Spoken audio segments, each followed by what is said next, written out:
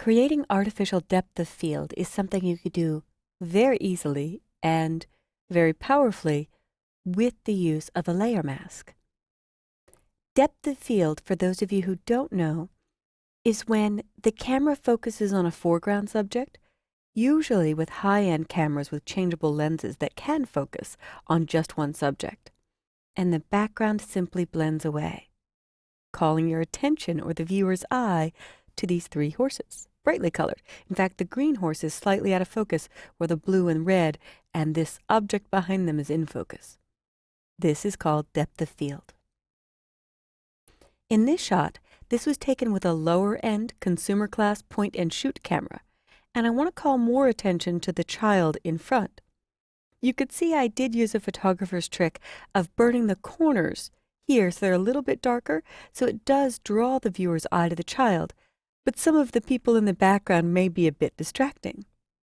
So let's start with the quick selection tool.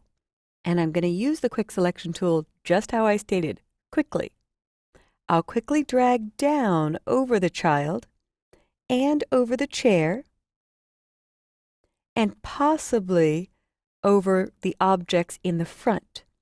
A little bit of the hand. I'm very careful to try not to get out of the foreground. There we go. I think I'm happy with that. To clean up the selection just a little bit, I'll use the subtract from selection and try to keep his curls in focus, but make sure all the chairs and all the background people are not included. So now, here comes the depth of field. In order to make this fully editable, I'm also going to use a newer feature to Photoshop called a Smart Filter. So I will choose Filter, Convert for Smart Filters. And I'll click OK. It's letting me know that this will be converted to a smart object. A smart object protects the original image inside this layer. And I'll name the layer Child. Now I want to run the Gaussian blur, the filter that will blur all of the background and create artificial depth of field, not on the child, but on the background. Before I do that, though, I never finish the selection without running Refine Edge. And I'm going to use a pretty high radius just to kind of blend away from the child to the background, trying not to get too much of the eye in there. There we go. I'm happy with that. That's why I could be pretty loose about the selection. If anything was messed up, like if I get too much into the hand, I could paint over that, or I could check Smart Radius to keep more of the object itself. And it doesn't hurt to expand the selection a little bit by shifting the edge. Okay. I'm going to click OK on these settings. Now I will select the inverse, or the opposite, to grab the background.